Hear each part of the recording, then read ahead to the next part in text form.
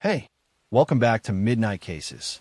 If tonight feels a little lonely or your thoughts are too loud, let me stay with you for a while.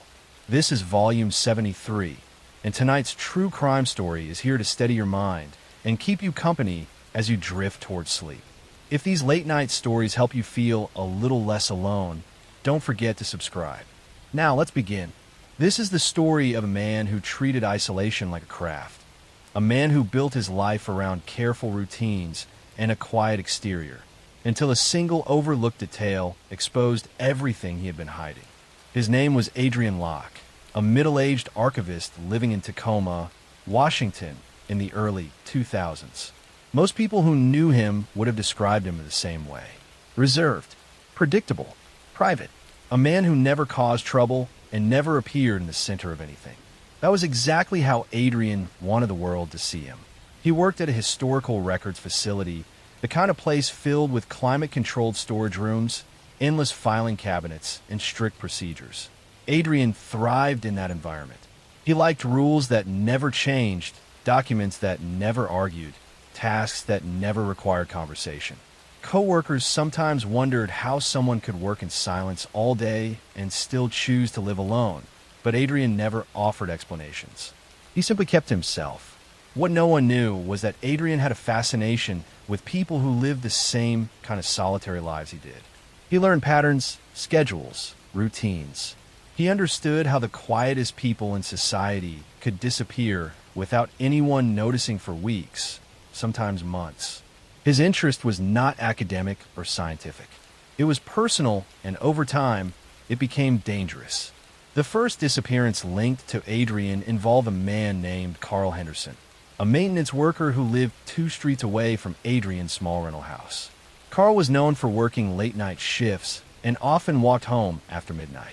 When he missed several days of work, his supervisor assumed he was drinking again and simply listed him as absent. It was only 3 weeks later, when a landlord tried to reach him about unpaid rent, that a missing persons report was filed. The case received almost no attention. Adults disappeared for all kinds of reasons, and there was nothing unusual enough to prompt deeper investigation. Adrian understood that perfectly. Months passed. Then another disappearance occurred. This time, it was a woman named Erin Collins, a retired librarian who lived alone and spent her afternoons tending to her backyard garden. She stopped showing up at community board meetings. Neighbors noticed her mailbox filling, but they assumed she was traveling. Someone finally called the police after weeks passed with no sign of her. Officers checked the house, found nothing disturbed, and filed the case as unresolved. 2 disappearances in one neighborhood could have drawn suspicion, but the cases were separated by time, by circumstances, and by the victims' isolated lifestyles. No one saw a pattern. No one thought about Adrian at all. He continued living his quiet life, going to work, returning home, maintaining the same predictable schedule every single day.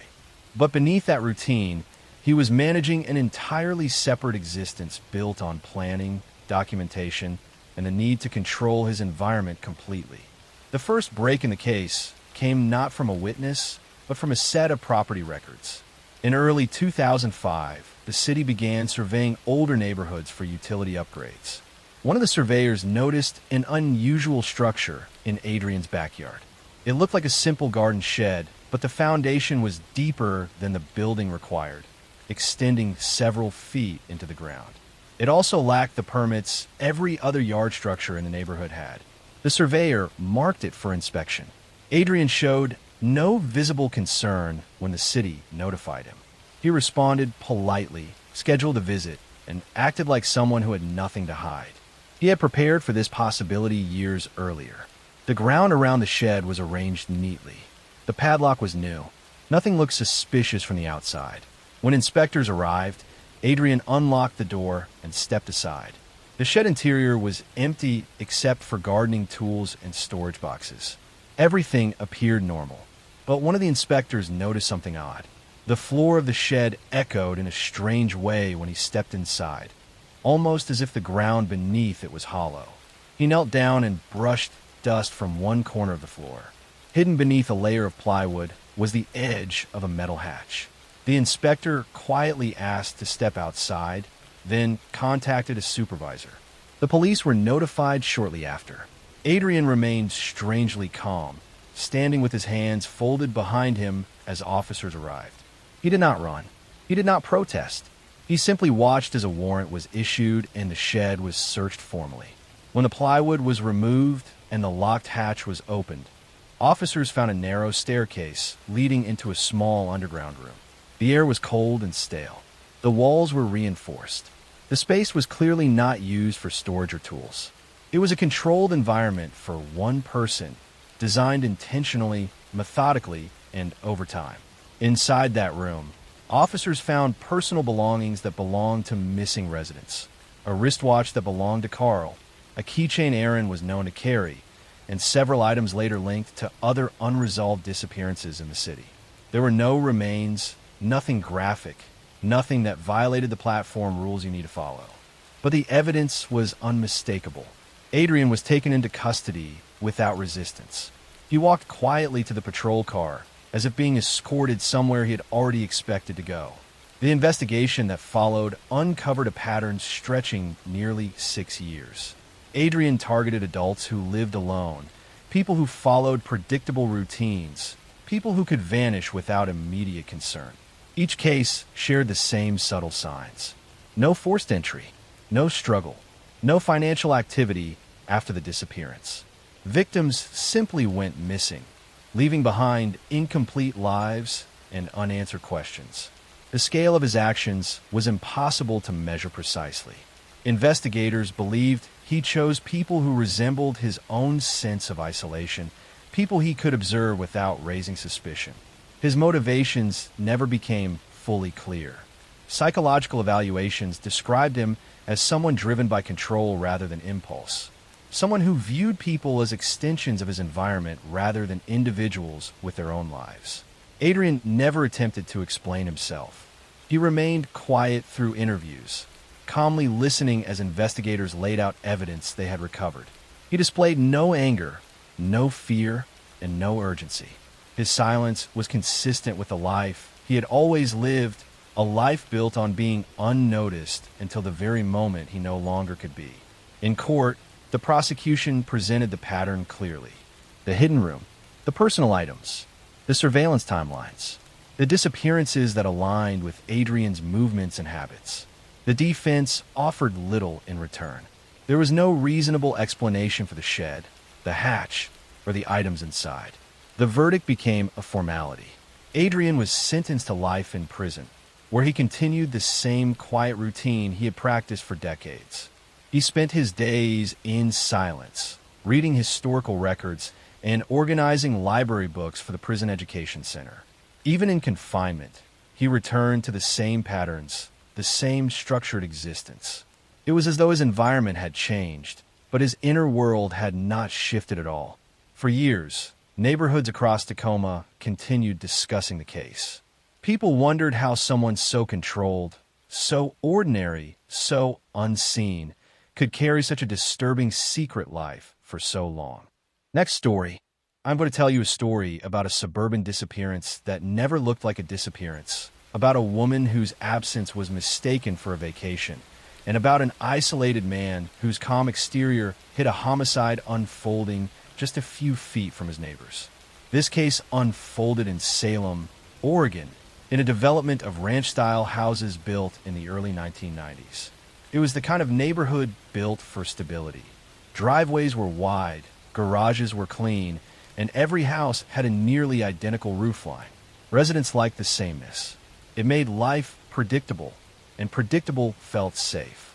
Among the residents was a man named Aaron Darby, 46 years old, an accountant who worked remotely for a Portland firm. His life had a mechanical rhythm. Every morning his curtains opened at the same moment, almost like clockwork. The neighbors grew used to the sight of him sitting at his dining table, tapping on a laptop with an expression that never changed. He took short walks alone. He carried reusable grocery bags with military neatness. He never raised his voice, never caused a scene, never drew attention. His quietness made him invisible. Across the street lived a woman named Melanie Ross, 52, known on the block for being friendly in a soft, warm way that made people feel welcome without feeling intruded upon. She worked at an insurance office and kept a garden that overflowed with plants she nurtured for years. She helped elderly neighbors with small tasks and kept track of birthdays. She was the quiet center of the community, always calm, always steady. Melanie and Aaron had the most basic type of neighbor relationship. She greeted him. He nodded. She asked if he needed help bringing in groceries once. He declined with a small gesture. She accepted that he preferred solitude and never pushed further. Early that spring, Melanie told her next-door neighbors that she was planning a short break. Work had been stressful. She felt worn down. A few days away sounded like the reset she needed. She mentioned this casually, the way someone mentions cleaning the garage or reorganizing the kitchen. No one thought much of it. She tended her garden a day before she disappeared, pulling weeds and trimming branches with her usual patience. She placed her tools in a neat row against the shed, predicting she would use them again in a week or two. But she would never return to them. The timeline became clearer only after investigators reconstructed the events. On a mild spring evening, Melanie walked across the street to return a piece of mail that had been mistakenly placed in her box. It was the kind of small, neighborly errand she did without thinking. The street was quiet. The sky was darkening. Porch lights glowed one by one. She carried the envelope, expecting to hand it over and be back home within a minute. She reached Aaron's driveway. Security cameras on the block captured her silhouette approaching his house. After that moment, she was never seen walking back. The next morning, her home looked untouched. Her car sat in the driveway. Curtains remained closed. Neighbors assumed she had left early for her trip. That assumption solidified into belief as the day passed. Months later, neighbors would replay those days in their minds, wondering how they missed what now seemed so obvious. In the first week after her disappearance, no one worried. She had mentioned travel. People took that as fact. Her mail started piling up, but that was normal for someone gone on vacation. A delivery hung on the doorknob for several days, but neighbors avoided touching it, not wanting to intrude. Her garden began to look neglected, but people assumed she would be back to fix it. A coworker tried calling her once, then twice, then left messages about missing her at work. She never responded, but people at the office thought she may have simply extended her time away. Silence became explanation. Weeks passed, then months. Across the street, Aaron maintained his life with robotic consistency. He left his house at the same time every Tuesday to take out trash bins. He stacked recycling like an engineer. He worked quietly. He cooked alone. When neighbors saw him, he nodded once with that same blank expression. Nothing in his behavior suggested panic, fear, or even mild stress. He had removed all traces of what happened the night Melanie disappeared. The garage floor, where an abrupt and fatal confrontation had occurred, had been cleaned with a thoroughness that felt colder than the act itself. A portion of the floor had been replaced, not large enough to raise suspicion, but precise enough to eliminate evidence. He had placed Melanie's body in a large handmade wooden box, meticulously crafted, almost like a piece of furniture. The box was sealed, reinforced, and carried to an overgrown drainage area behind several houses during the early hours of the morning, when no one was awake. He set it down among shrubs and branches, blending it into the landscape. Then he went home and opened his curtains at 7:30, exactly on time. For the next 3 months, he lived normally. He ate the same meals. He walked the same routes. He watched neighbors speculate mildly about Melanie's extended break, but said nothing himself. No one wondered why he was so unconcerned. After all, he had never been someone who involved himself in community conversations. The discovery came by accident. A city worker was assigned to inspect the drainage issue after residents reported minor flooding during heavy rain. He walked along the overgrown path behind the houses and noticed a wooden structure partially buried under leaves. Thinking it was discarded household junk, he attempted to move it and realized it was heavier than expected. When he opened it, the truth emerged. Police traced the box to Aaron using purchase records, tool marks, and eventually a search of his garage that revealed remnants of the materials used to construct it. When detectives confronted him, his reaction was disturbingly calm. There was no denial, no emotional outburst. just a flat, almost detached acceptance.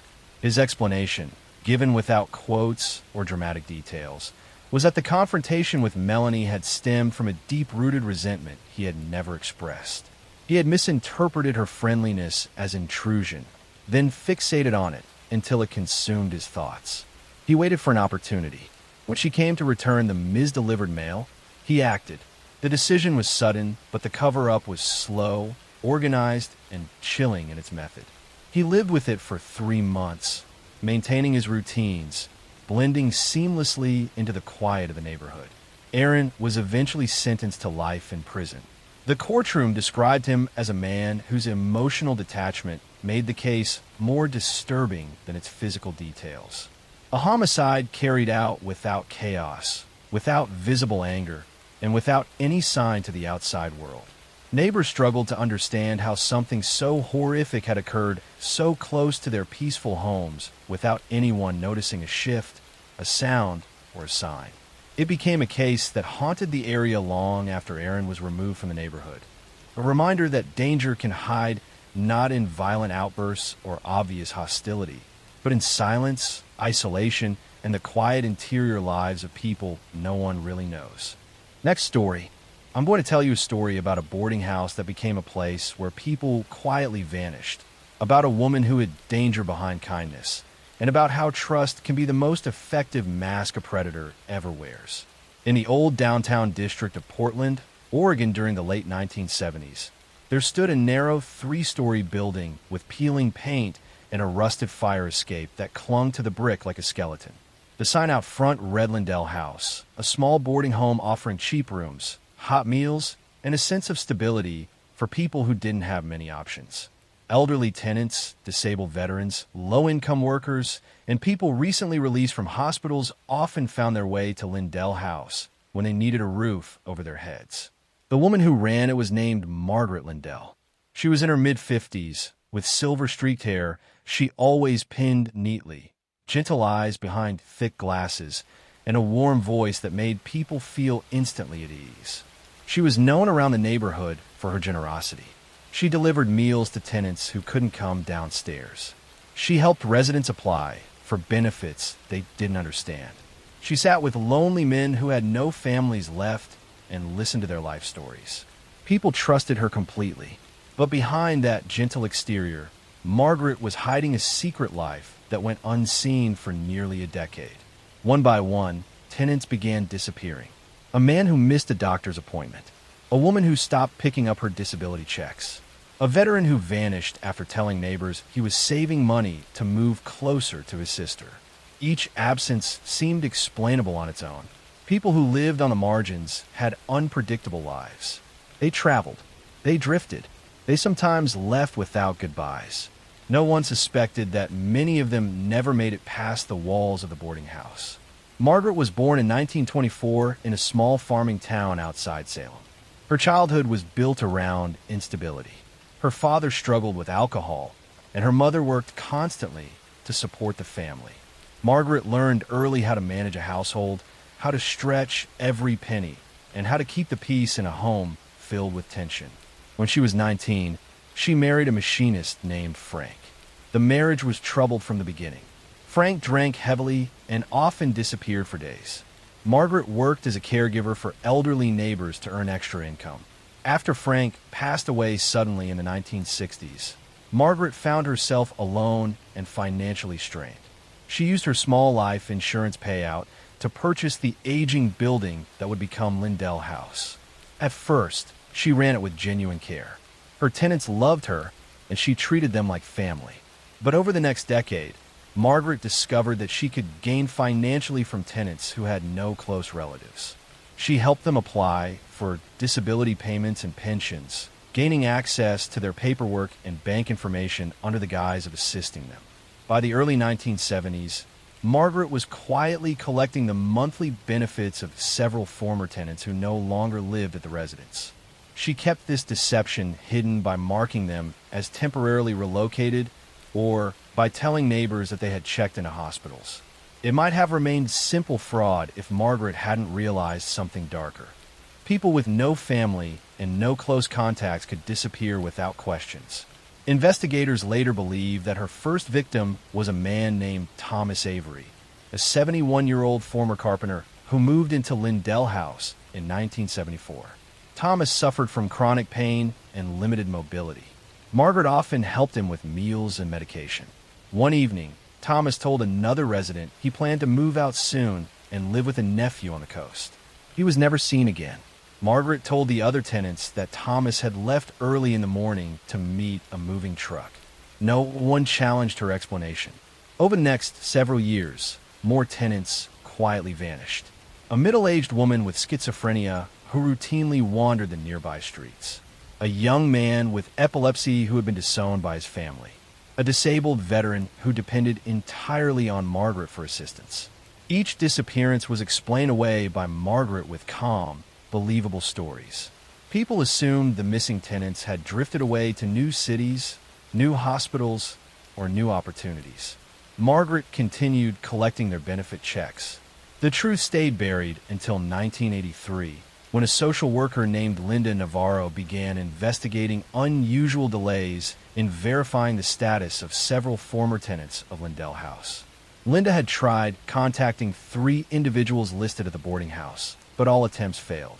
When she visited the property to ask Margaret for information, Margaret provided vague explanations. Linda left uneasy. Something about the way Margaret avoided specifics seemed wrong. Linda returned with a police officer for a follow-up check. Margaret appeared flustered and insisted that the missing tenants had moved away voluntarily. But their personal belongings, medical equipment, and clothing were still inside their rooms. The officer requested a warrant to search the property.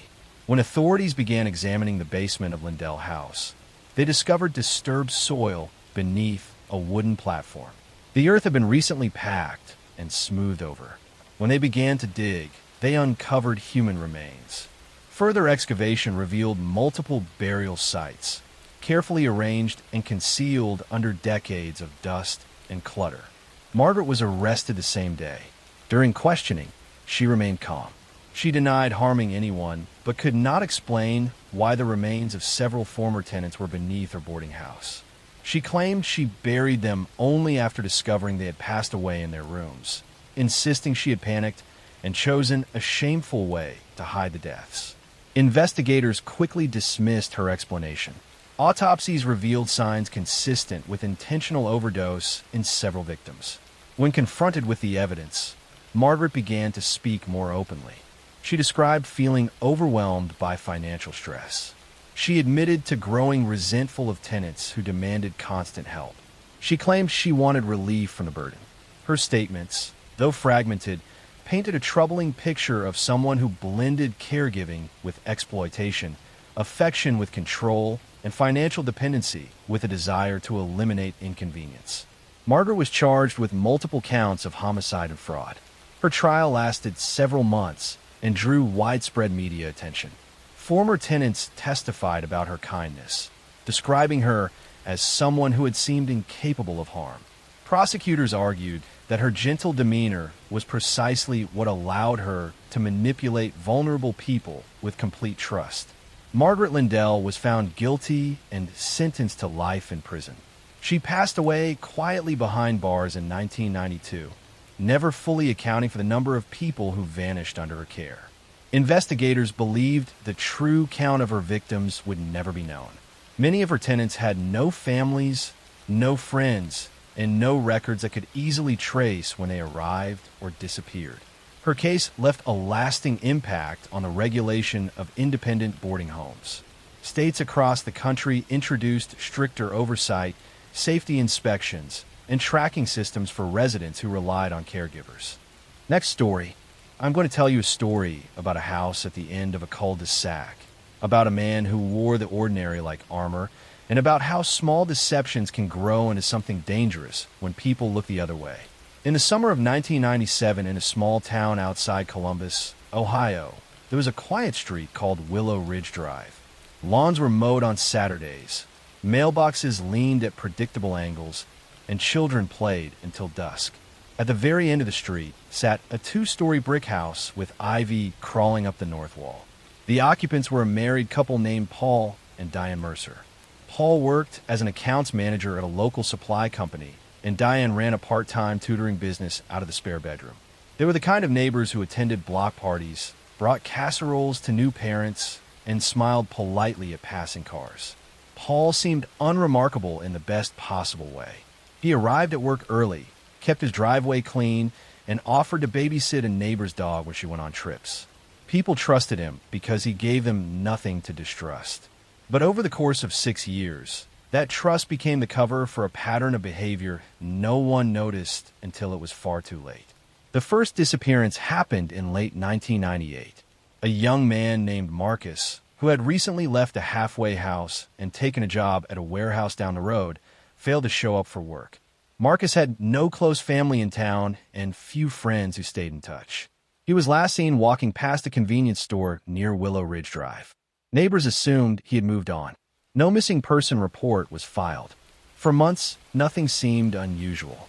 Then in 2000, a woman named Rosa stopped coming to the morning bookkeeping class Diane ran at the community center. Rosa was new in town and had limited family ties. Diane told classmates that Rosa had found full-time employment and was too busy to attend. Again, nobody pressed the matter. By 2002, rumors began to circulate quietly.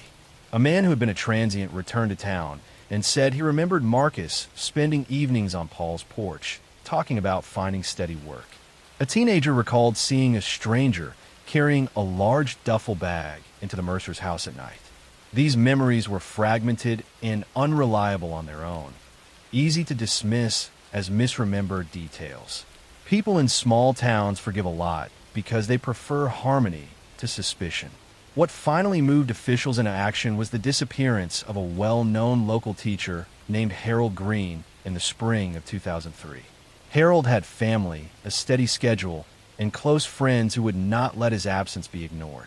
He missed classes for 2 days, and then his car was found in a supermarket lot with his keys still inside. The school filed a report. Detectives opened an investigation and began tracing Harold's last known movements. Phone records placed Harold near Willow Ridge Drive the night he vanished. A neighbor reported seeing him walk purposefully toward the Mercer's house the evening before he disappeared. That detail drew attention because Harold was known to be cautious and deliberate in his routines. Investigators sought a search warrant for the Mercer's property. Paul and Diane cooperated at first, offering tea and plausible explanations. Their kitchen smelled of cinnamon and coffee, and their living room displayed family photos that showed polite smiles and birthdays celebrated. Under normal circumstances, such a scene would calm any visitor. But detectives discovered things that did not fit the image. In a shed behind the house, they found a stack of photocopied bills in Harold's name dated months after his disappearance.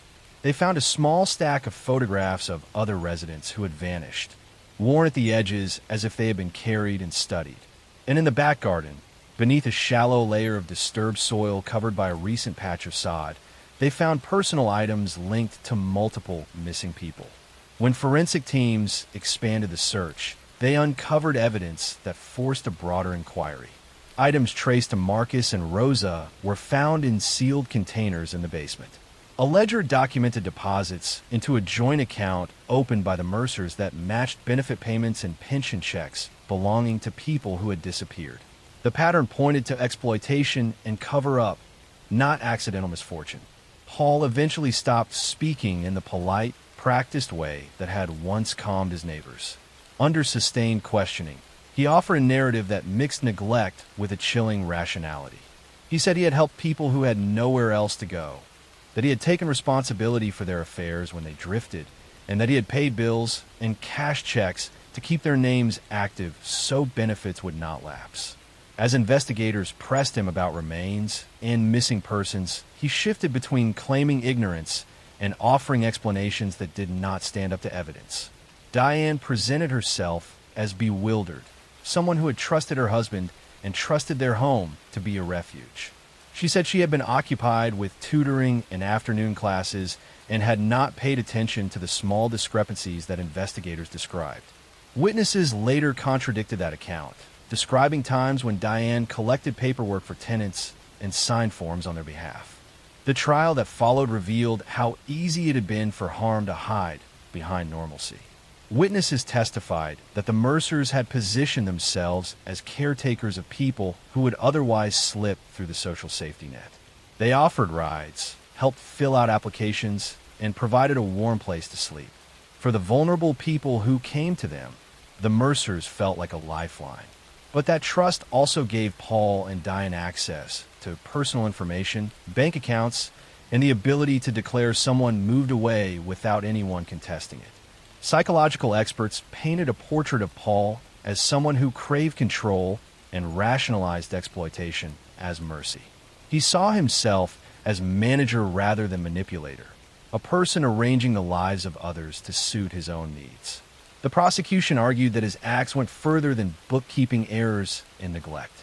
They alleged he had orchestrated disappearances and concealed deaths to secure financial gain and preserve his image as a benevolent neighbor. Diane was portrayed as complicit, whether through active participation or willful blindness. In her defense, she insisted that she had not known the full extent of her husband's actions and that she had believed they were offering help. The jury weighed testimony about bank records, witness statements, and forensic findings, and ultimately the couple were convicted on counts related to fraud, abuse of vulnerable adults, and multiple charges connected to concealment. Sentences varied, but the community understood that the legal outcome could not fully account for the scale of harm. Families of victims who had been transient or estranged learned, often for the first time, that their loved ones had been in this town and in these rooms. The case prompted reform at the county level.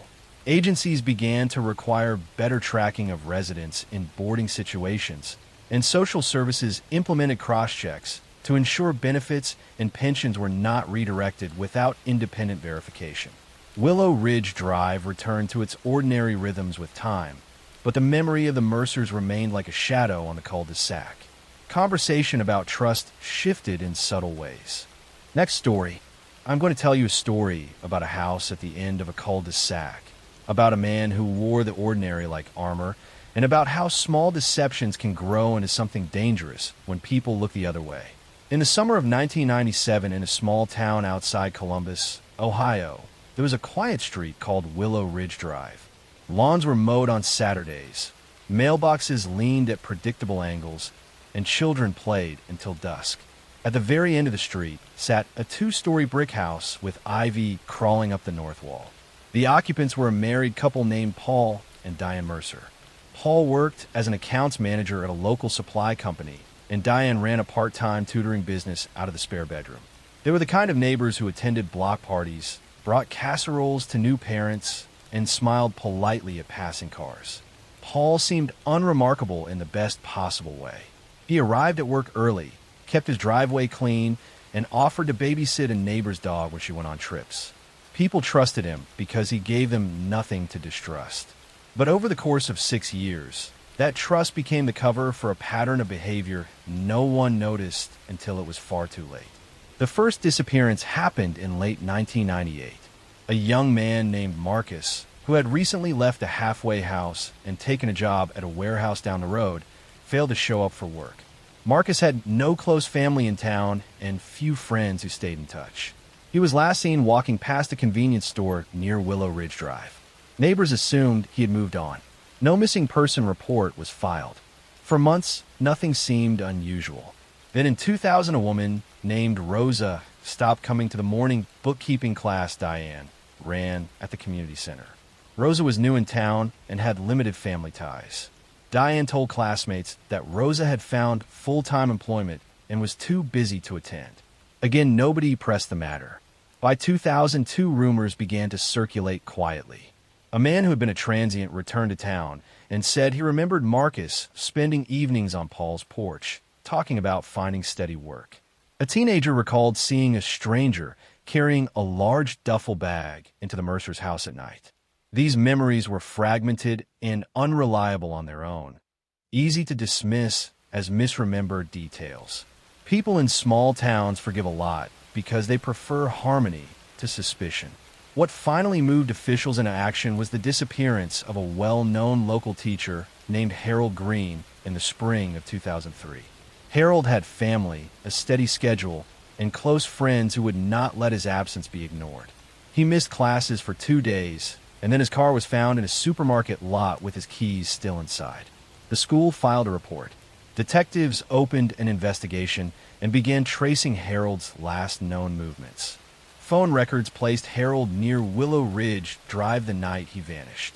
A neighbor reported seeing him walk purposefully toward the Mercer's house the evening before he disappeared. That detail drew attention because Harold was known to be cautious and deliberate in his routines. Investigators sought a search warrant for the Mercer's property. Paul and Diane cooperated at first, offering tea and plausible explanations. Their kitchen smelled of cinnamon and coffee, and their living room displayed family photos that showed polite smiles and birthdays celebrated. Under normal circumstances, such a scene would calm any visitor. But detectives discovered things that did not fit the image. In a shed behind the house, they found a stack of photocopied bills in Harold's name dated months after his disappearance. They found a small stack of photographs of other residents who had vanished, worn at the edges as if they had been carried and studied. And in the back garden, beneath a shallow layer of disturbed soil covered by a recent patch of sod, they found personal items linked to multiple missing people. When forensic teams expanded the search, they uncovered evidence that forced a broader inquiry. Items traced to Marcus and Rosa were found in sealed containers in the basement. A ledger documented deposits into a joint account opened by the Mercers that matched benefit payments and pension checks belonging to people who had disappeared. The pattern pointed to exploitation and cover-up, not accidental misfortune. Paul eventually stopped speaking in the polite, practiced way that had once calmed his neighbors. Under sustained questioning, he offered a narrative that mixed neglect with a chilling rationality. He said he had helped people who had nowhere else to go, that he had taken responsibility for their affairs when they drifted, and that he had paid bills and cashed checks to keep their names active so benefits would not lapse. As investigators pressed him about remains and missing persons, he shifted between claiming ignorance and offering explanations that did not stand up to evidence. Diane presented herself as bewildered, someone who had trusted her husband and trusted their home to be a refuge. She said she had been occupied with tutoring and afternoon classes and had not paid attention to the small discrepancies that investigators described. Witnesses later contradicted that account, describing times when Diane collected paperwork for tenants and signed forms on their behalf. The trial that followed revealed how easy it had been for harm to hide behind normalcy. Witnesses testified that the Mercers had positioned themselves as caretakers of people who would otherwise slip through the social safety net. They offered rides, helped fill out applications, and provided a warm place to sleep. For the vulnerable people who came to them, the Mercers felt like a lifeline. But that trust also gave Paul and Diane access to personal information, bank accounts, and the ability to declare someone moved away without anyone contesting it. Psychological experts painted a portrait of Paul as someone who craved control and rationalized exploitation as mercy. He saw himself as manager rather than manipulator, a person arranging the lives of others to suit his own needs. The prosecution argued that his acts went further than bookkeeping errors and neglect. They alleged he had orchestrated disappearances and concealed deaths to secure financial gain and preserve his image as a benevolent neighbor. Diane was portrayed as complicit, whether through active participation or willful blindness. In her defense, she insisted that she had not known the full extent of her husband's actions and that she had believed they were offering help. The jury weighed testimony about bank records, witness statements, and forensic findings, and ultimately the couple were convicted on counts related to fraud, abuse of vulnerable adults, and multiple charges connected to concealment. Sentences varied, but the community understood that the legal outcome could not fully account for the scale of harm. Families of victims who had been transient or estranged learned, often for the first time, that their loved ones had been in this town and in these rooms. The case prompted reform at the county level. Agencies began to require better tracking of residents in boarding situations, and social services implemented cross-checks to ensure benefits and pensions were not redirected without independent verification. Willow Ridge Drive returned to its ordinary rhythms with time, but the memory of the Mercers remained like a shadow on the cul-de-sac. Conversation about trust shifted in subtle ways. Next story. I'm going to tell you a story about a remote farmhouse on a long gravel road, about a family that carried its history like a shadow, and about how isolation can turn ordinary struggles into something far more dangerous when nobody is watching closely enough. In the late 1980s in rural Nebraska, there was a wide stretch of farmland surrounded by cornfields that seemed to go on forever. At the edge of this landscape stood an old two-story farmhouse with a rusted windmill and a row of oak trees lining the driveway. The property belonged to the Carlson family. The father, Henry, had inherited the land from his parents. His wife, Marie, handled the household. Their son, Ben, spent most afternoons repairing farm equipment or helping with the livestock. People in the closest town knew the Carlsons as a private family who preferred to handle everything on their own. Life on the farm was quiet, but it also allowed isolation to have too much influence. The Carlsons rarely visited town except for supplies. They did not attend community events or church gatherings. Many families in the area were similarly independent, so nobody thought much of it. But neighbors did notice one detail. Henry had a younger brother named Samuel who lived with them after returning from a long period away. Samuel rarely came outside. He was occasionally seen through the barn doorway or at the edge of the property during sunset, but he kept to himself in a way that felt different from the others.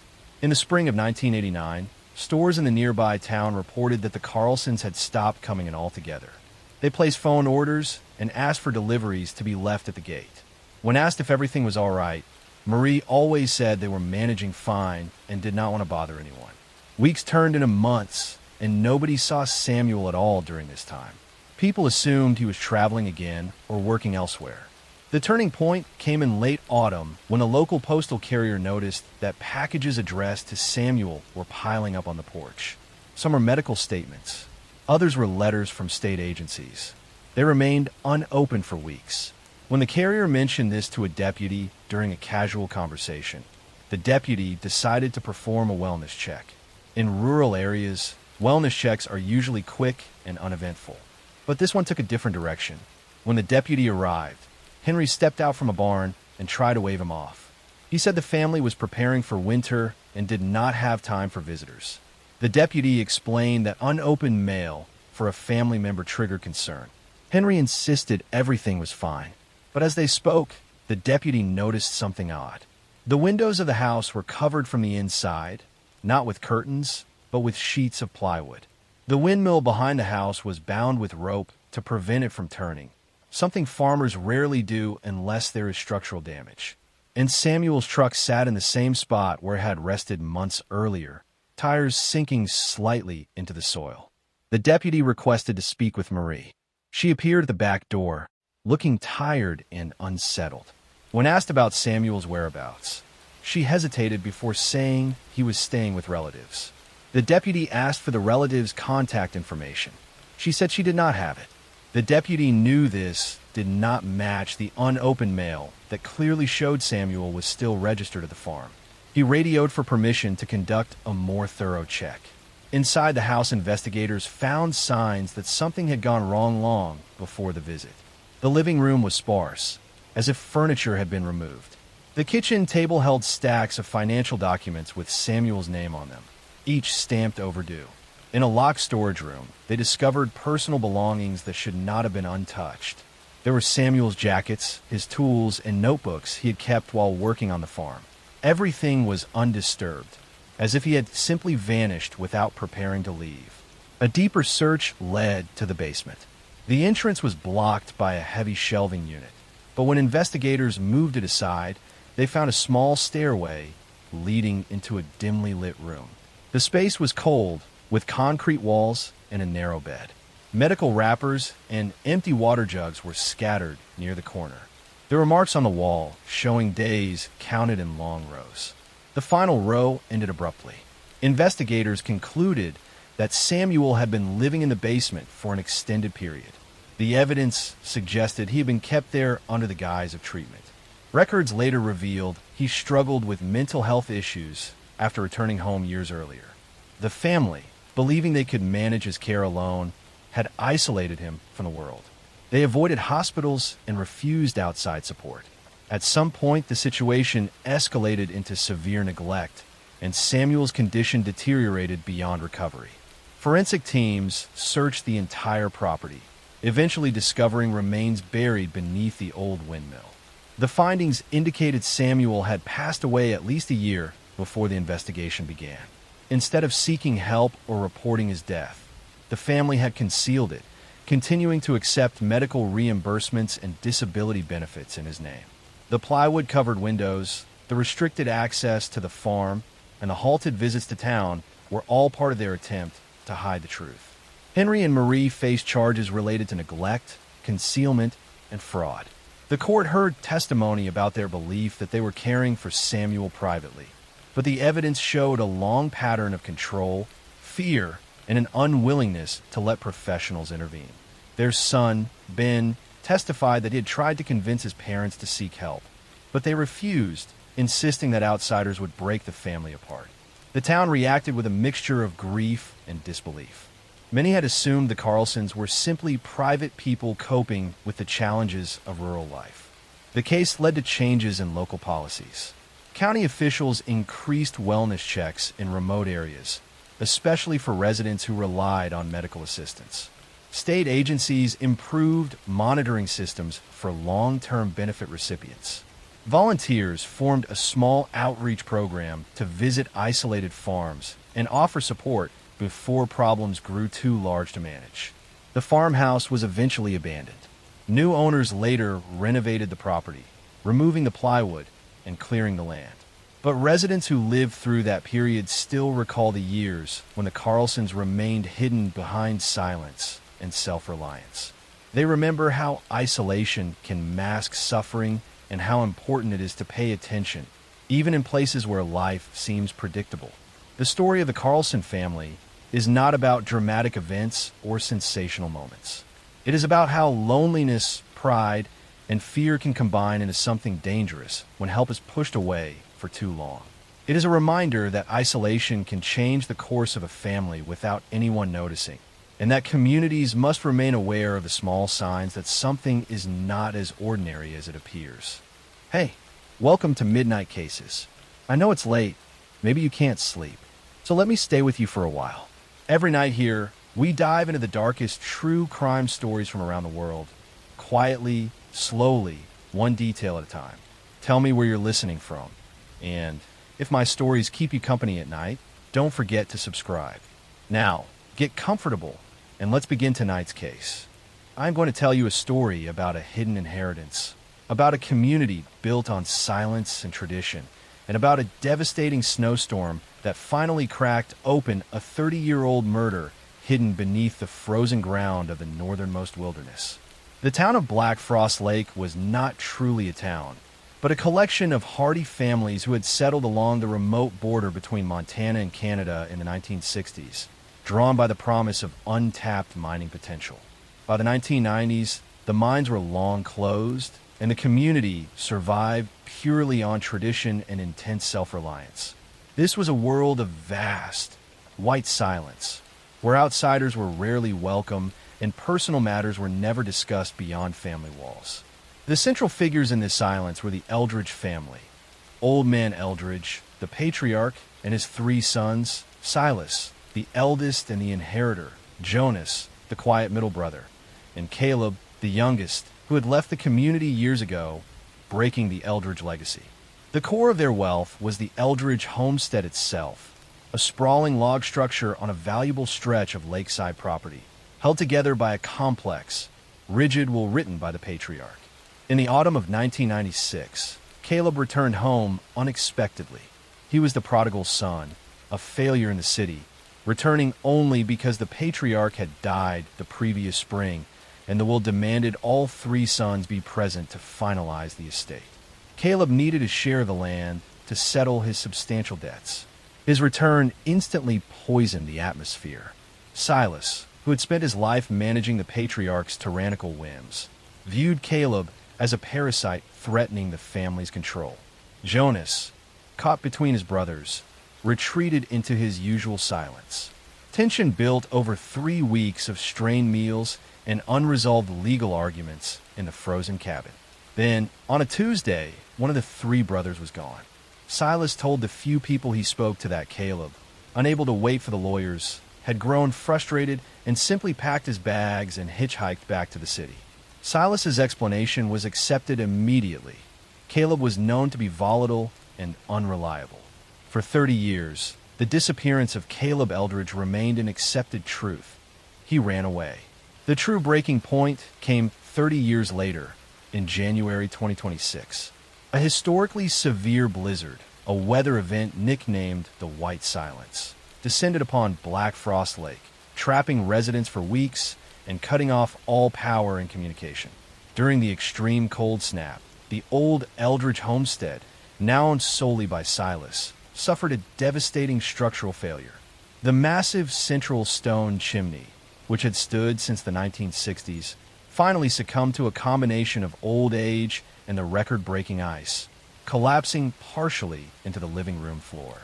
The collapse forced Silas to allow the first outside access the property had seen in decades.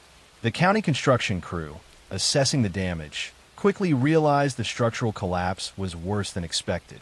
They found that the old foundation beneath the chimney had been irregularly reinforced with newer concrete.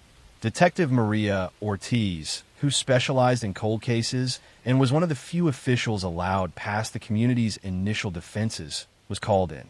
Ortiz immediately found the anomaly near the chimney base suspicious. The newer concrete wasn't meant to support the chimney. It seemed designed to fill something. Using ground-penetrating radar, Ortiz confirmed a density variance within the new concrete block that was far too large to be simple rubble. When the construction crew reluctantly broke through the thick layer of new cement, they uncovered the reason for the 30-year silence: the remains of Caleb Eldridge. The forensic examination provided the initial timeline. Caleb had been murdered 30 years prior, just days before Silas announced his supposed departure. He had been struck violently and repeatedly with a blunt object. His body was then hastily concealed beneath the floorboards of the living room, and the original chimney structure was later modified to permanently seal the area with layers of concrete and stone, a heavy, unmovable monument built over the crime. The initial investigation focused entirely on Silas, the owner, the most controlling brother, and the one who benefited most from Caleb's removal. Silas maintained his stoic composure, claiming he had simply found Caleb dead after a drunken fall and buried him quickly to avoid the legal scrutiny that would disrupt the family's sensitive legal inheritance process. Ortiz was not convinced. She focused on the physical evidence found near the body: a broken leather watch strap, which did not belong to Caleb, and a peculiar type of antique metal clasp, which did not belong to the homestead's furniture. The watch strap and the clasp led Ortiz to Jonas. Jonas was known for his quiet, methodical obsession with restoring old timepieces, and the clasp matched a unique type of chest he was known to own. The pressure of the discovery and the ensuing investigation cracked the Eldridge silence. Jonas confessed.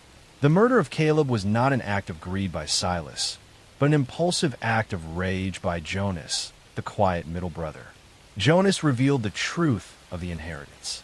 The patriarchs will contain a secret clause stipulating that the property would be split equally only if all three sons unanimously agreed to sell the land. If any son died, the remaining brothers inherited the entirety, but if any brother forced the sale, the inheritance was forfeit. Caleb, in his desperation, had been attempting to force the sale against the wishes of his brothers. The final confrontation occurred not between Silas and Caleb, but between Jonas and Caleb late one night in the living room. Caleb had threatened to burn the homestead to force the property sale. Jonas, the quiet brother, whose entire existence was defined by preserving the family's legacy and property, snapped. He struck Caleb, then panicked. Silas did not commit the murder, but he became an immediate accomplice. He saw the murder not as a tragedy, but as a final, definitive solution to their inheritance problem. The two surviving brothers instantly sealed their pact of silence. They moved the body, modified the chimney structure using the construction supplies already available on the property, and then spent 3 decades maintaining the seamless narrative of Caleb's sudden departure. The weight of the stone chimney, the symbolic heart of the Eldridge legacy, was used to crush the secret and silence the truth forever. The white silence, the very force of nature that isolated the community, was the final instrument of justice. The collapse of the monument they built over their crime ultimately exposed it, proving that even the most enduring, frozen secrets cannot withstand the relentless passage of time and the forces of the natural world. The case of the Eldridge homestead remains a chilling example of how silence and isolation can become a shared, self-imposed prison, and how the ties of inheritance can bind brothers not through love, but through the shared, suffocating weight of an unforgivable act. The community of Black Frost Lake, forced to acknowledge the decades of deception in their midst, learned that the deepest frost sometimes settles not on the ground, but in the heart of a family. Next story, I am going to tell you a story about a long-haul trucker, about a roadside diner where everyone knew everyone else's business, and about how a small, almost undetectable change in a decade-long routine revealed a calculated murder hidden behind the mask of normalcy. In the late 1980s, the heart of the Midwest trucking route beat through the town of Harmony Junction, Indiana. The anchor of this town was the Midway Stop Diner, a greasy spoon that ran 24 hours and served as the unofficial headquarters for the independent haulers who worked the I-70 corridor. Among them was Jerry Vance, known simply as Red, a man whose life was defined by the rhythm of the road and his absolute punctuality. Red was reliable to a fault.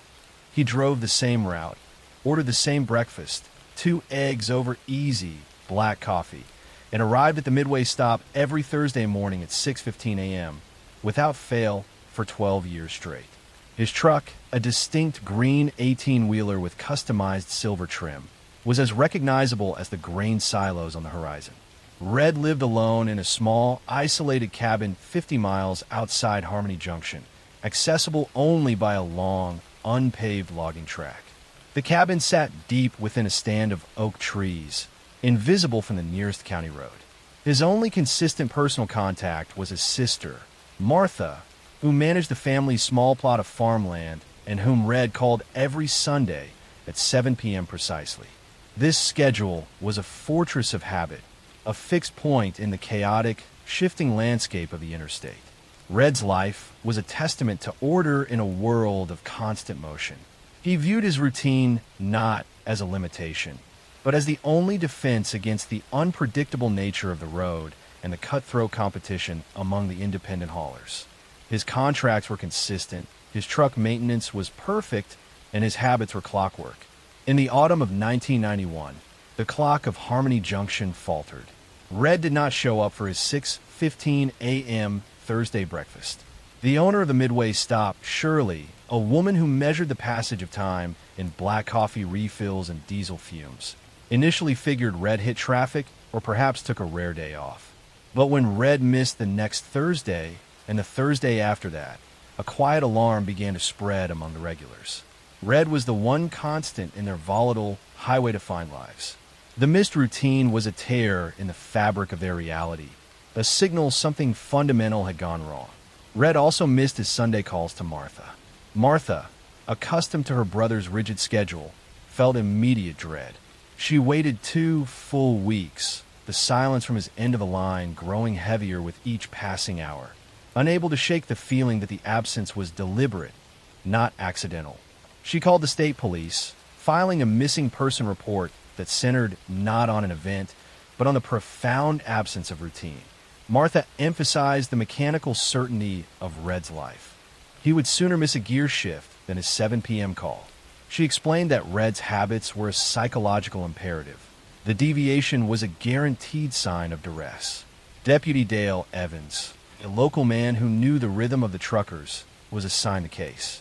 He began his investigation not at Red's remote cabin, but at the Midway stop, understanding that Red's life was the highway. Shirley confirmed Red's truck, the distinctive green unit, had been accounted for on his usual delivery routes, verified by logbook entries and toll receipts, right up until the last week of September. Then abruptly, nothing. The logbooks ceased.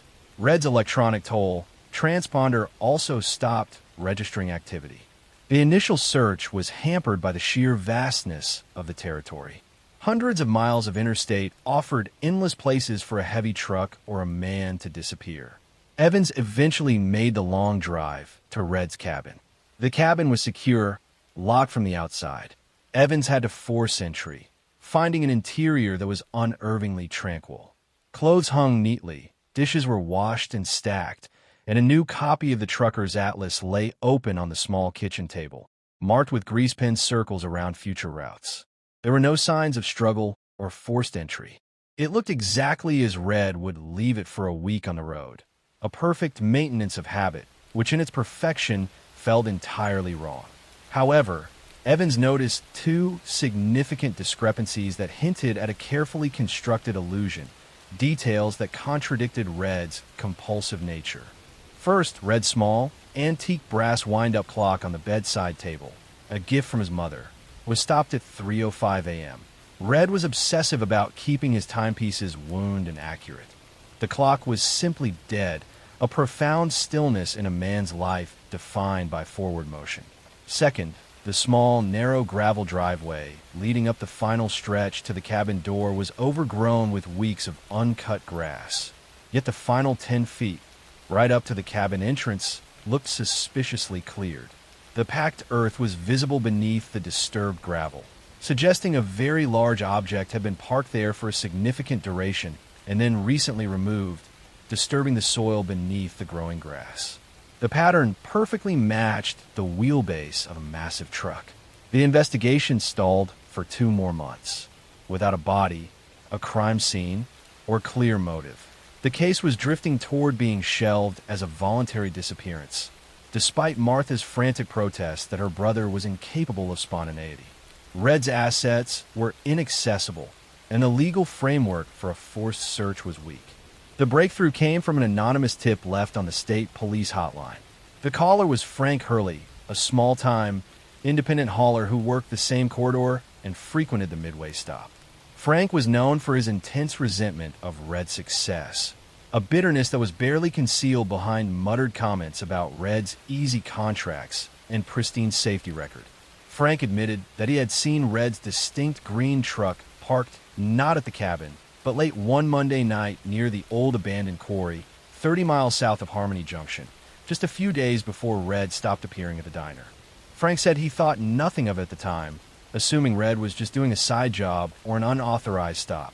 The tip, however, established that Red was off route and out of routine at a specific critical time. Detective Ortiz, a veteran of highway crimes, took the lead, immediately zeroing in on the gravel driveway at the cabin. The cleared patch matched the exact dimensions of Red's 18-wheeler. Ortiz theorized that Red's truck had been intentionally parked there for a significant duration, then moved. But why move a truck that large only to put it on its final destination route? Only if the truck itself was a necessary part of the crime scene and needed to be extracted from the isolated spot without leaving secondary tracks from another vehicle. The suspicion solidified. Red was murdered at his cabin on that Monday night. Frank, the suspect, had needed the truck to create the alibi that Red was still operating. The disappearance was not a break in routine. It was the start of a new, enforced routine designed by the killer. The investigators obtained warrants to search the abandoned quarry area Frank had mentioned. The quarry was a deep pit filled with water, surrounded by dense, muddy forest. A painstaking search yielded a small, rusted piece of equipment Red was known to carry, a customized hydraulic jack with Red's initials etched into the side. The jack was found half buried in the mud near a steep embankment, suggesting it had been hastily discarded after being used to move a significant weight. The key piece of evidence, Red's truck, was finally located months later in a long-term commercial storage lot in Kansas City, precisely where Red's usual delivery route ended. The truck was spotless, thoroughly cleaned inside and out, an almost professional job that was itself suspicious. However, Forensic analysis of the cab's deepest crevices revealed minute traces of blood that had been missed by the industrial cleaner, along with synthetic carpet fibers that were completely foreign to Red's truck but matched the upholstery used in the specific model of truck driven by Frank. The collected evidence allowed Detective Ortiz to reconstruct the chilling timeline of calculated deception. The rivalry between Red and Frank escalated over a major, multi-year contract that Frank desperately wanted and Red had just secured. Frank ambushed Red at his cabin on that Monday night, using the remote location as his key advantage. Red's body was never found, but the evidence pointed to the truck's sleeper cab as the initial crime scene. Frank then drove Red's distinct green truck, the final, visible proof of Red's predictable life, back to the isolated cabin, parked it perfectly in the cleared spot in the driveway to establish the false timeline that Red was safely resting at home, and staged the interior.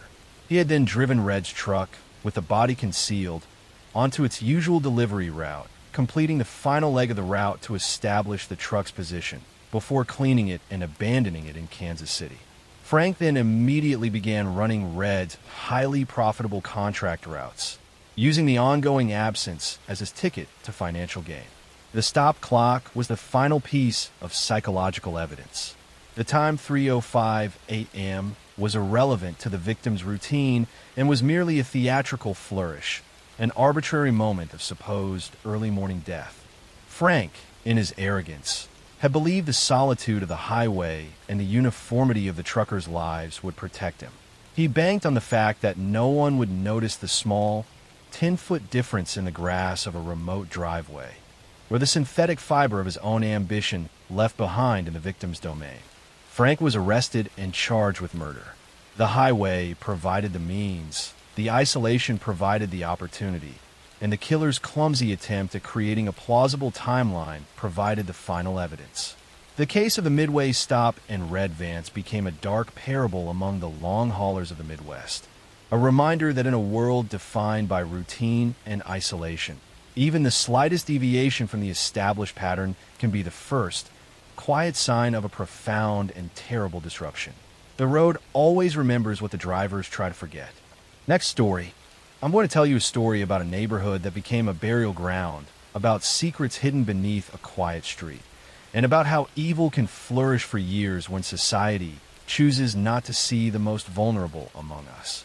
In the Dorchester neighborhood of Boston during the early 1950s, a modest apartment building housed working-class families trying to make their way in post-war America. Among the tenants was Jane Toppin, a middle-aged nurse who seemed devoted to caring for the sick and elderly. She volunteered her services generously, sitting with patients through long nights, preparing meals for those recovering from illness, and presenting herself as someone dedicated to helping others. But Jane was using her nursing skills and access to vulnerable patients to satisfy a dark compulsion that had consumed her for decades. Wait, let me start over with the correct time frame. I'm going to tell you a story about a nurse who betrayed every principle of her profession, about a woman who turned healing into harm, and about how someone can hide monstrous behavior behind a facade of caring for over 30 years. In the hospitals and private homes of Massachusetts during the 1880s and 1890s, Jane Toppin worked as a private duty nurse, caring for sick patients in their homes and in medical facilities. She was well regarded by families who hired her and by doctors who recommended her services. Patients seemed to receive attentive care, though many of them passed away while under her supervision. In an era when medical science was limited and death from illness was common, no one initially questioned the pattern. But Jane was systematically ending the lives of her patients, experimenting with drug combinations and doses while studying their reactions as they passed away. This is the story of Jane Toppin, who between 1885 and 1901 confessed to ending the lives of 31 people, though investigators believe the true number may have exceeded 100. She was a nurse who used morphine and atropine to induce states between consciousness and unconsciousness in her patients, then would lie beside them and hold them as they passed away. She later described deriving satisfaction from controlling the exact moment of their passing and from the intimacy of being present during their final moments. Her arrest in 1901 exposed decades of crimes committed by someone society trusted completely. Jane Toppin was born on Nora Kelly in 1854 in Boston, Massachusetts. Her early life was marked by tragedy and abandonment that shaped her disturbed psychology. Her mother passed away from illness when Jane was very young. Her father struggled with mental illness and could not care for his children. Jane and her sister were placed in an orphanage, then later became indentured servants to different families. Jane was taken in by the Toppin family, who gave her their surname, though they never formally adopted her. She worked as a servant in their household, performing domestic duties and receiving minimal education. The family treated her adequately, but never as an equal to their biological children, creating a sense of being an outsider that Jane carried throughout her life. As a young woman, Jane sought more than domestic service. She entered nursing training in the 1880s, attending a program at Cambridge Hospital. She was intelligent and learned medical procedures quickly, showing particular interest in medications and their effects on patients. However, even during training, some supervisors noticed she spent excessive time with patients who were heavily medicated, and there were unexplained incidents where patients experienced unexpected complications. After completing her training, Jane worked as a private duty nurse, a position that gave her considerable independence. She would be hired by families to care for sick relatives in their homes, or she would work in hospitals on wards with limited supervision. This autonomy gave her opportunity to experiment with medications without oversight. Jane began what she later described as experiments with her patients. She would administer morphine and atropine in varying combinations, drugs that affected consciousness and heart rate. She would bring patients to the edge of death, then revive them, sometimes repeating this process multiple times. She claimed she wanted to understand the experience of dying and to have power over the boundary between life and death. Many of her patients did not survive these experiments. When they passed away, their deaths were attributed to their underlying illnesses. In an era before sophisticated medical examinations and when death from disease was common, Jane's role in hastening their passings went undetected for years. Jane's victims included patients she cared for professionally, but also friends and her own foster sister. In 1901, she was staying with a family named Davis, caring for the elderly matriarch. When a matriarch passed away, other family members also became ill. First, Alden Davis passed away, then his wife and sister. The family had been healthy before Jane's arrival, and their rapid decline raised suspicions. Authorities ordered examinations of the bodies and found evidence of poisoning with morphine and atropine. The investigation expanded to other deaths associated with Jane's nursing care. As evidence mounted, Jane was arrested in October 1901 and charged with taking lives. During questioning, Jane confessed to 31 incidents, describing her methods and motivations in disturbing detail. She spoke about deriving pleasure from controlling whether patients lived or passed away, from being present during their final moments, and from the intimacy of holding them as they lost consciousness. Psychiatrists who evaluated her were shocked by her lack of remorse and her description of the satisfaction she experienced. Jane's trial began in 1902. Her defense argued she was legally insane and should not be held criminally responsible. Psychiatric experts testified about her disturbed psychology and abnormal motivations. The prosecution argued she had understood her actions were wrong, as evidenced by her efforts to hide what she was doing and her careful selection of vulnerable victims. The jury found Jane not guilty by reason of insanity. She was committed to Taunton Insane Hospital, where she would remain for the rest of her life. In the asylum, Jane lived for another 37 years, reportedly boasting about her crimes to other patients and staff. She showed no genuine remorse and seemed to enjoy the notoriety her case had brought. Jane Toppin passed away in the asylum in 1938 at age 84, having spent nearly 4 decades institutionalized. Her case became one of the most studied examples of medical professionals who harm patients, revealing how positions of trust can be exploited by those with pathological needs. The exact number of Jane's victims will never be known. She confessed to 31, but hinted at many more. In an era before thorough record keeping, and when nurses moved frequently between positions, tracking all the deaths that occurred under her care proved impossible. Investigators believe she may have ended over 100 lives during her nursing career. Her case led to increased scrutiny of medical professionals and better supervision of nurses working independently. It revealed how easily someone could harm vulnerable patients when medical oversight was minimal and deaths from illness were expected and rarely questioned. Next story. I'm going to tell you a story about power, silence, and the cost of speaking the truth. It is the story of how an industry built on dreams and fame allowed one man to control women's futures through fear.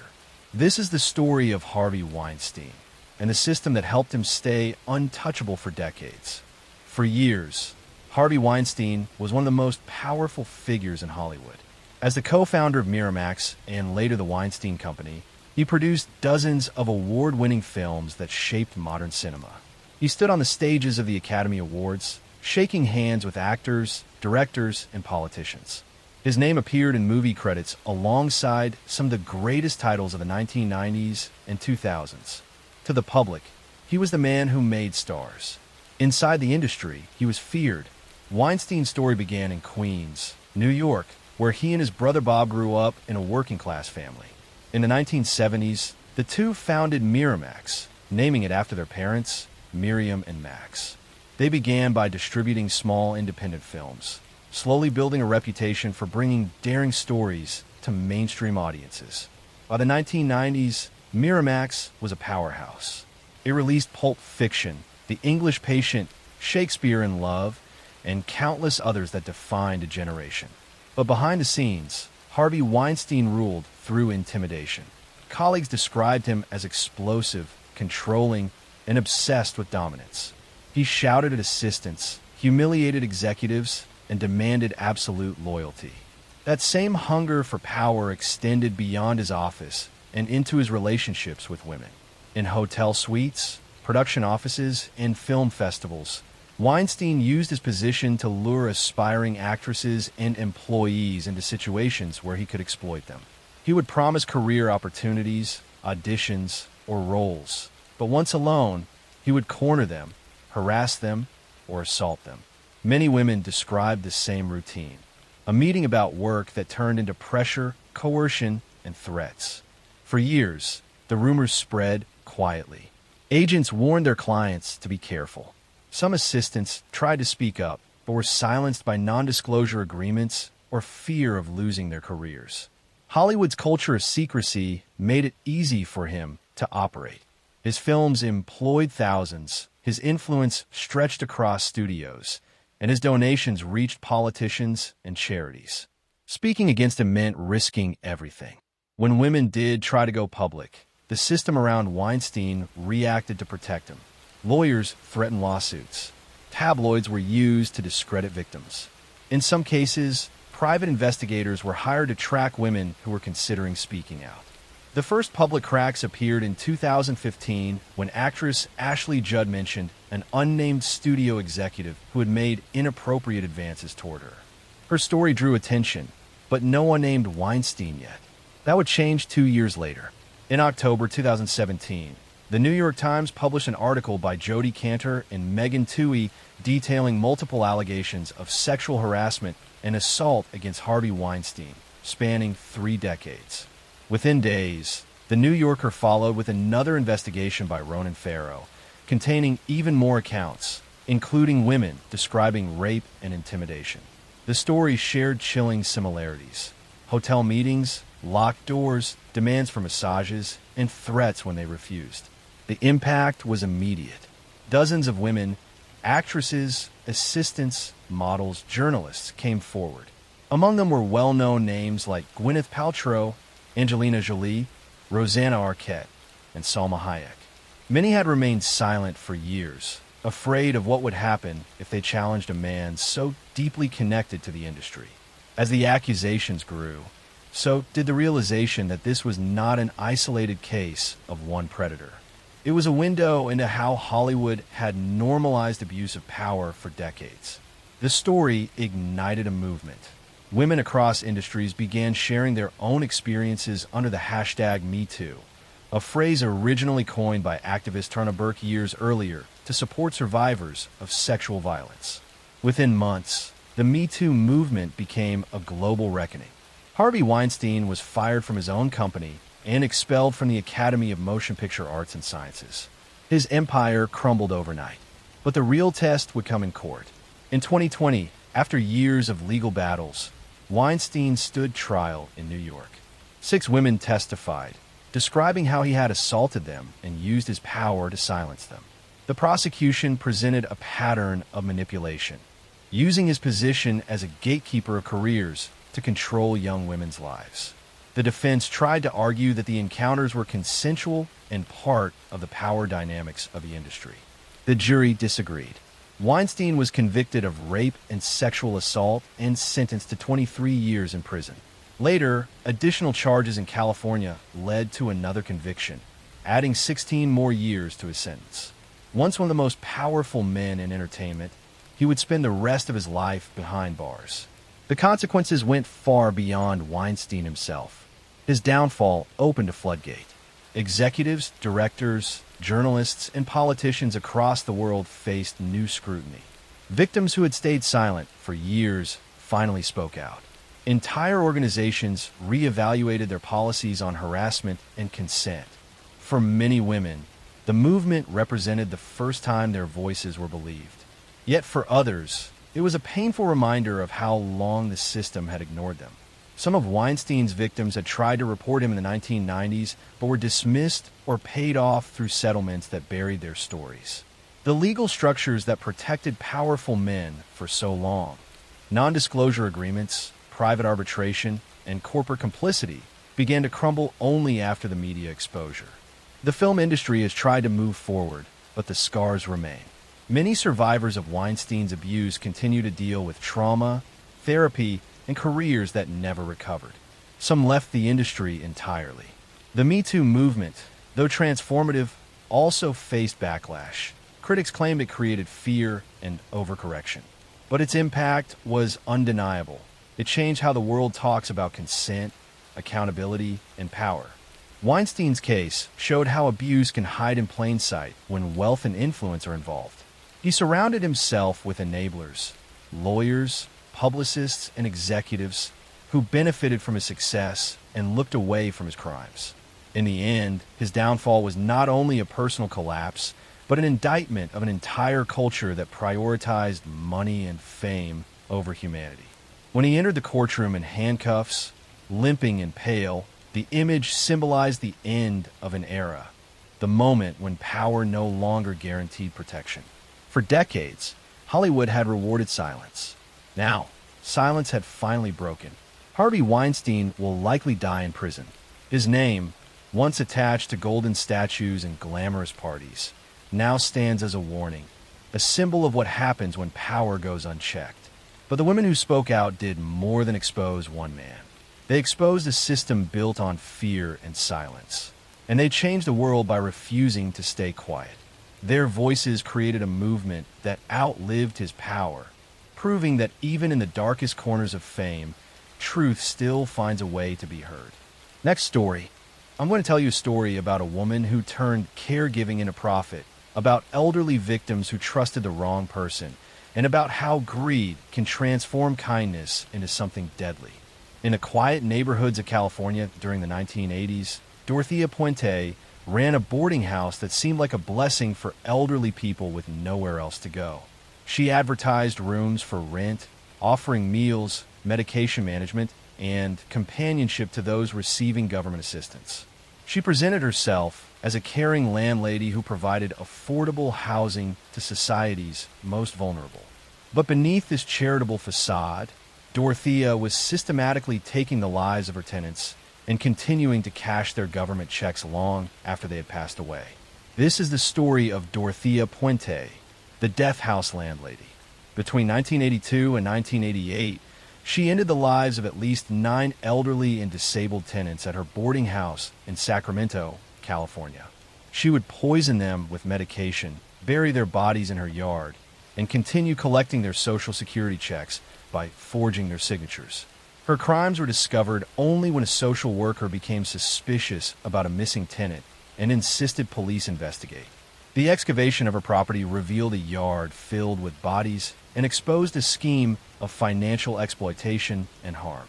Dorothea Helen Gray was born on January 9, 1929, in Redlands, California.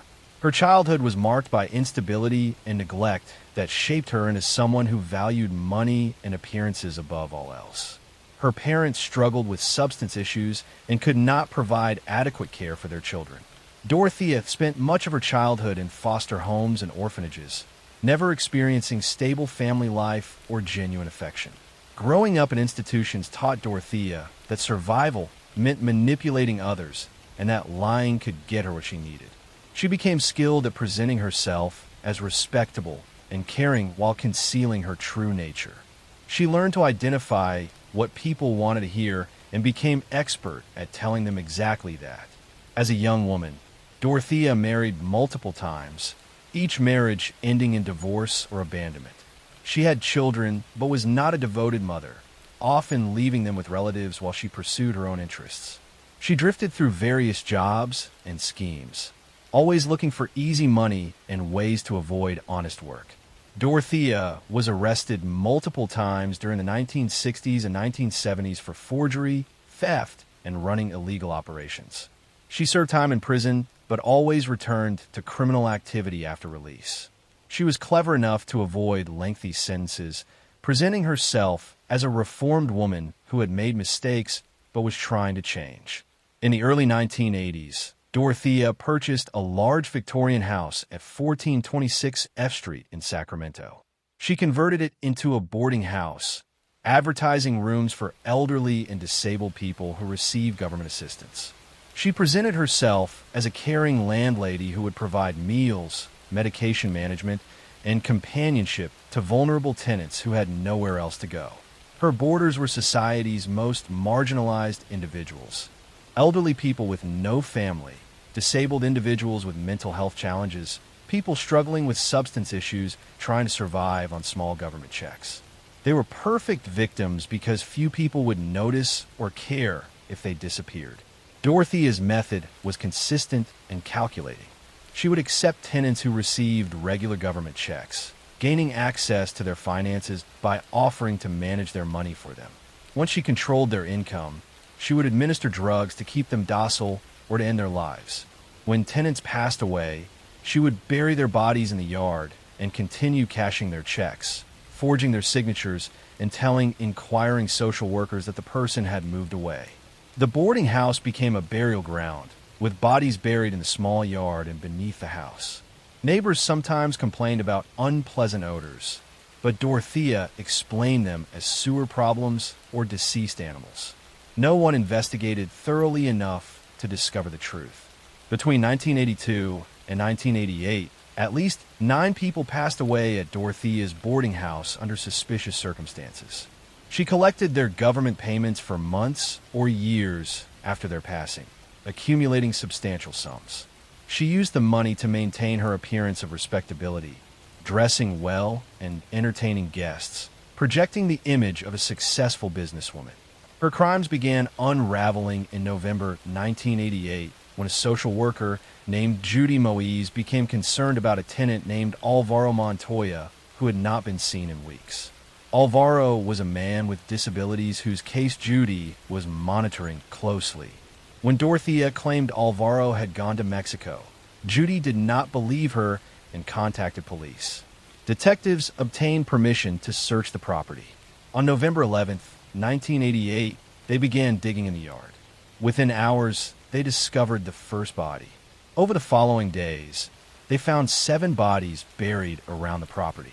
2 more were later discovered in nearby locations.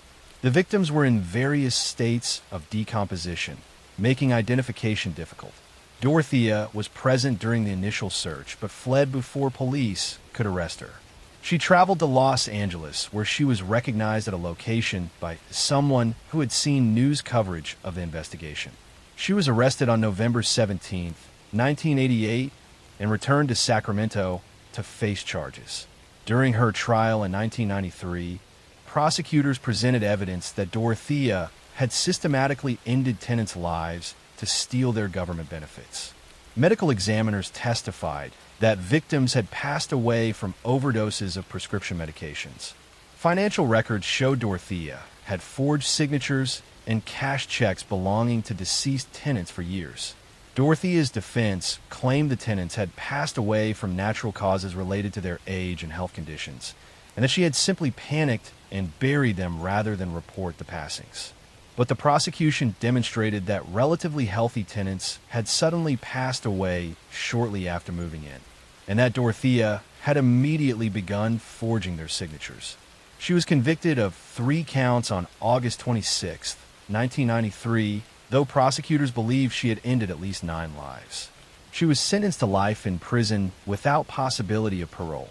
Throughout the trial, Dorothea maintained her innocence, insisting the passings were natural and she was being wrongly accused.